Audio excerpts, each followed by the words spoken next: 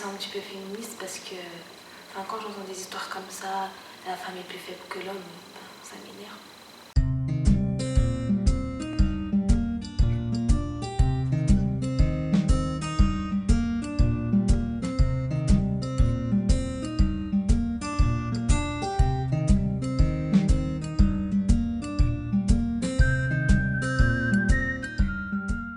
Bonjour, enchantée, Élise.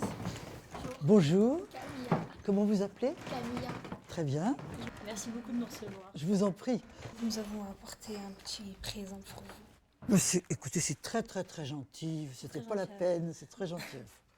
Merci beaucoup. Alors, mettez-vous à votre aise, hein, posez vos affaires, vous les retrouverez après, et puis on va se mettre par ici après.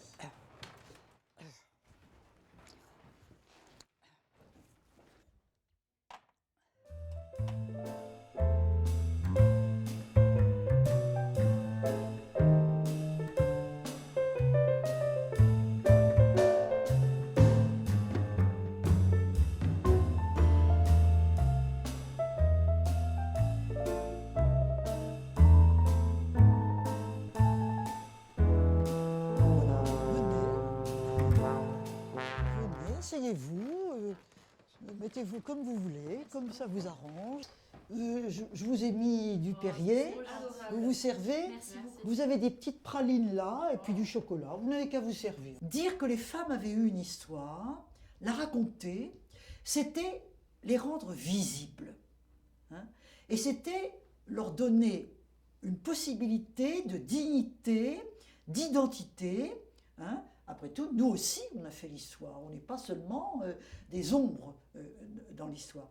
Alors, tout ça s'est beaucoup développé, a été reconnu, au fond, assez largement, et c'est pour ça que je pense que j'ai eu le prix Simone de Beauvoir. Voilà. À cause de ça. Mon féminisme à moi, si vous voulez, ça a été de construire, de créer, de contribuer à créer, disons, une histoire des femmes. Parce que vous savez, il faut bien distinguer les deux sens du mot histoire. Et en français, c'est pas évident. Histoire, c'est d'abord ce qui s'est passé depuis le commencement du monde. Et dans ce qui s'est passé depuis les commencements du monde, il est évident que les femmes étaient, c'est clair.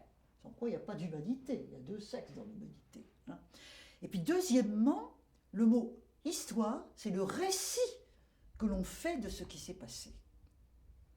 Et dans le récit que l'on fait de ce qui s'est passé, les femmes n'étaient pas. Il y avait une différence entre le fait qu'elles étaient là, mais cachées, non racontées. Et donc, notre travail d'historienne, puisque ça a été surtout des femmes qui ont fait ça a été de faire émerger les femmes de l'ombre, des fonds un peu sous-marins dans lesquels elles étaient, jusque, on pourrait dire, la lumière du récit de l'histoire. Voilà, c'est ça.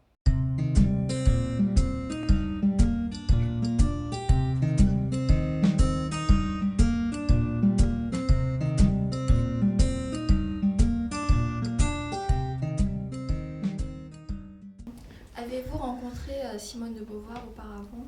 J'ai rencontré Simone de Beauvoir en chair et en os, comme on dit, une fois, à la fin de sa vie, mais c'était dans une réunion où je ne lui ai pas vraiment adressé la parole personnellement. Hein. Donc je l'ai vue comme je vous vois là, mais elle m'intimidait beaucoup, je dois dire, beaucoup.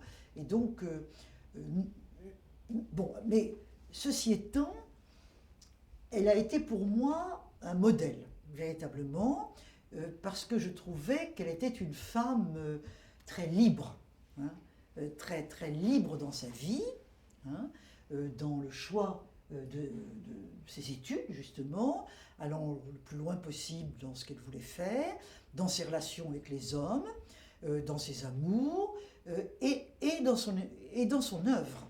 Parce que c'est une femme qui a voulu écrire, qui a écrit beaucoup, qui est une grande auteure, et puis enfin, dans sa pensée. Parce que quand même, le deuxième sexe, elle a publié le deuxième sexe en 1949. J'ai beaucoup apprécié tout ce qu'elle dit. Parce que tout ce qu'elle dit, c'est qu'il n'y a pas un destin qui serait un destin de femmes, pour les femmes, parce qu'elles sont des femmes, mais que l'idée de la féminité, c'est quelque chose qui a été largement fabriqué par la culture, l'histoire, et qui l'est toujours. Et que par conséquent, il n'y a rien qui dit aux femmes, vous devez faire ça, vous ne devez pas faire ça. Les femmes sont libres, et elles leur conseillent beaucoup de s'affranchir, notamment en travaillant. Elles pensent que le travail permet de gagner sa vie, et que si une femme n'est pas autonome en gagnant sa vie, elle dépend d'un homme. Donc oui, Simone de Beauvoir, je l'ai beaucoup admirée, et j'ai beaucoup... oui, par exemple, pour vous donner un exemple, Simone de Beauvoir est une femme qui adorait voyager. Hein, et elle a appris à conduire, elle s'est mise à conduire sa voiture partout. Sartre n'aimait pas conduire du tout. Donc, dans le couple Sartre, Jean-Paul Sartre, Simone de Beauvoir, c'est Simone de Beauvoir qui était au volant, qui conduisait. C'était elle qui organisait les voyages en France. Ils ont beaucoup circulé en France ou à l'étranger.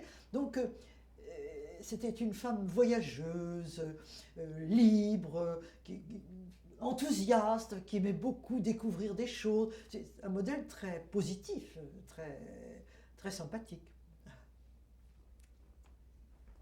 Est-ce que vous vous sentez aussi libre que les garçons, égal? Est-ce que vous avez l'impression que c'est la même chose, enfin, peut-être pas la même chose, mais égalitaire?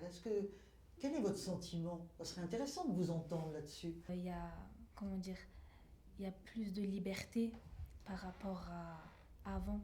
Parce que d'après ce que j'écoute, c'était vraiment la fille qui devait s'occuper de ses enfants, plutôt de son ménage, alors que maintenant c'est plutôt une fille libérée, qui s'est émancipée dans la société.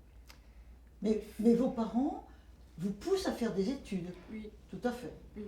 Et ils vous laissent le choix de ce que vous voulez faire? Oui. Oui, très bien. Et dans votre classe, vous êtes combien de garçons, combien de filles à peu près? 11 garçons. Moitié-moitié? 11 garçons et 8 filles. 11 garçons et 8 filles, oui. Oui.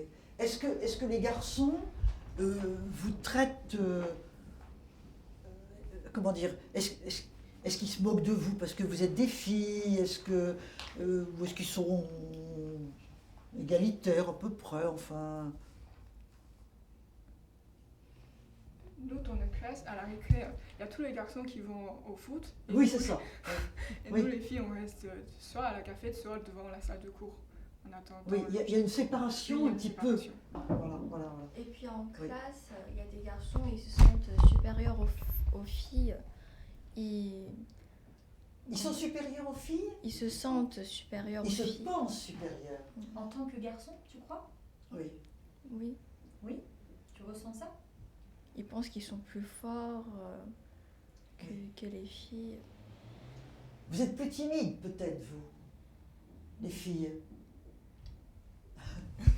C'est vrai que dans cette classe, les garçons prennent plus de place. Ils prennent plus de place. On les entend davantage. Ah oui, oui. Et ça, c'est toute la difficulté des filles de prendre la parole, hein, dans un milieu où il y a une majorité de garçons. Ça, c'est toujours difficile et il faut vaincre sa timidité.